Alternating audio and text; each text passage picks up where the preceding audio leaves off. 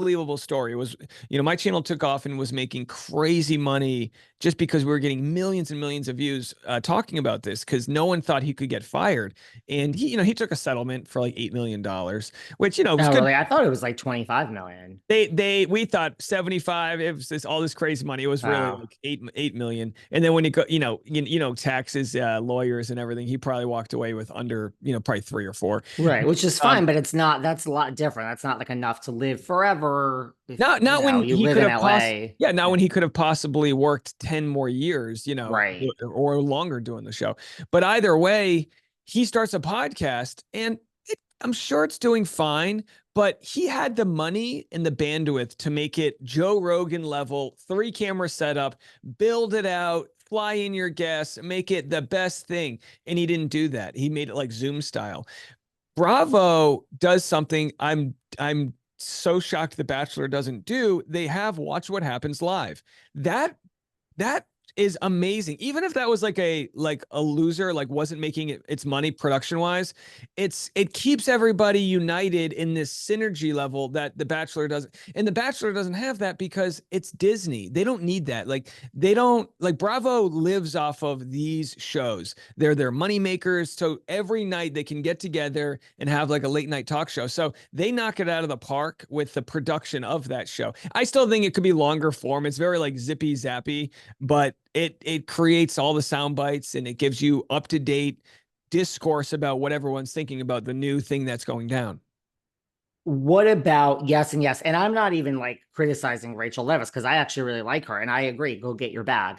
But what about, so Jax and Brittany, they're getting this divorce. He goes to rehab or, treatment. We'll get into that in a second. But, do you think, because like we talk about breaking the fourth wall, I think people like these type of conversations too. But so now, look, they're upset, right? This is real life. You're getting a divorce. Like I do believe it. I didn't believe it for months. I said, how is this real?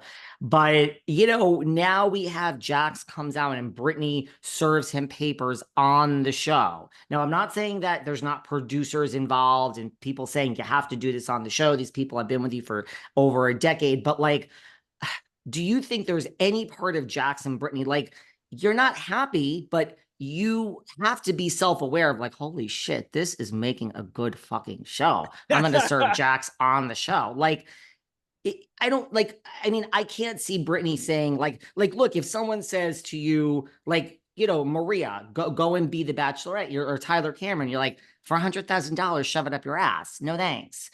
But there has to be a part of like Brittany that's like, well, I don't want this to be happening, but oh yeah, this is good TV. I'm going to They get a know. couple. Like they have to know you're a human being. That's so, the way you put that is so great. It is, there's this wink, there's this, are we getting this? Are we rolling right now? Let's go.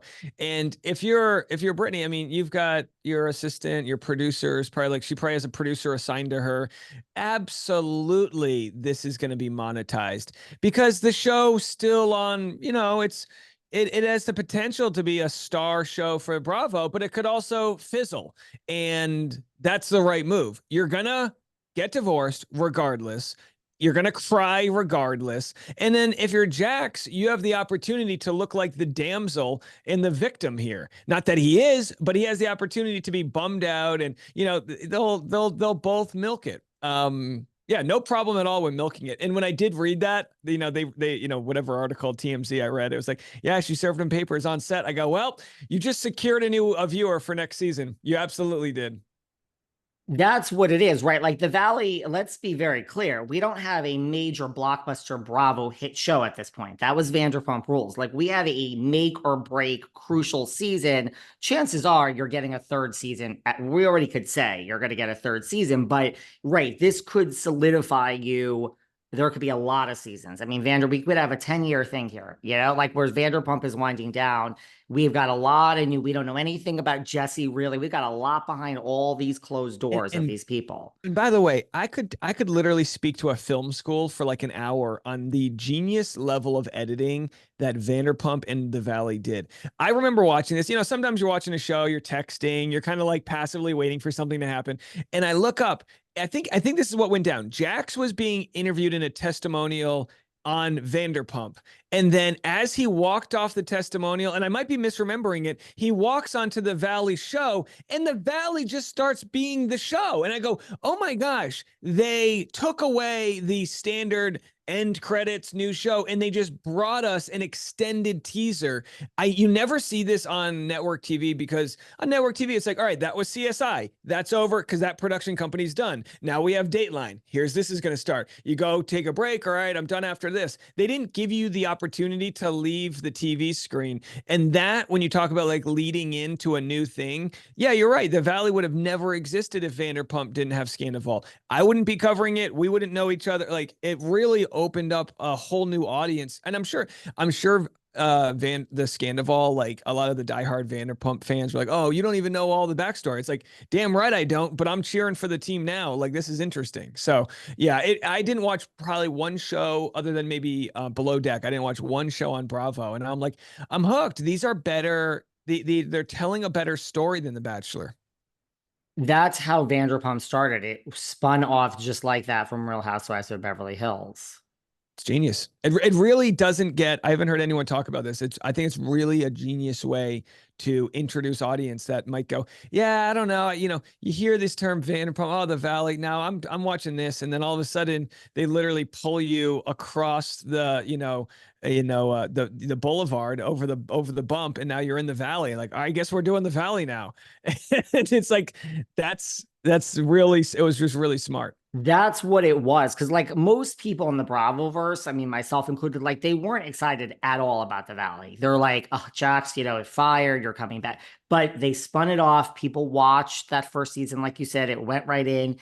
And then, you didn't hate it. And then by the second, your next thing you know, you're on like the fourth episode. You're like, this isn't bad considering we don't know 90% of these people. Like a first season of any show is really hard. And I think it got like a 9 out of 10 for what it needed to accomplish the first season. Like, yeah, as you far had as like child stars and some cute women, a pregnant, you had like a little bit, and it's like, all right, well, the Vanderpump audience is getting older. I'm an old millennial, Gen Xers, like we all started on reality TV with Real World, and we watched Jersey Shore, and it's not like the concept's new. It's like you said before, it's so character driven, and that one character running around yelling at people, getting something like, all right, well, okay, you got me. You got the nice guy, the mean guy, you got the nice guy, like beta friend who's just taking it from the mean guy, and then the wife's not respecting him. You're like, Jesus Christ, this is good. But like we were talking about earlier, the kind of like the sort of idea that they know they're on camera. I think it was on Vanderpump this past year where you had Jax and Lisa Vanderpump doing kind of that conversation where they hated each other, but they also ended it with saying, love you. So there is a dynamic there. And I'm sure they wanted to get Lisa Vanderpump's blessing on camera for Jack to be reapproved back on the show and uncanceled from the community. And having never watched him before, you go, well, on Vanderpump, he came in hot. He immediately came in hot with Tom Sandoval, and then by the end of the episode, they're kind of back on speaking terms. And you're like, that's like that. He's like coming in. It's like a worldwide wrestling. Yeah. There's like a wrestling match happening. Everyone's sweating and exhausted. And then they bring a new guy in running down, ready to go. It's like, he was like the reinforcement for the new drama. And, you could imagine if you're seeing 1,000 people for an audition and someone like Jax Taylor comes out, you go, all right, yeah, you're a little bit of a bozo. You're gonna kind of go there. and I don't know what her contract is. I mean, I imagine but I mean, Lisa is on the credits for the Valley. So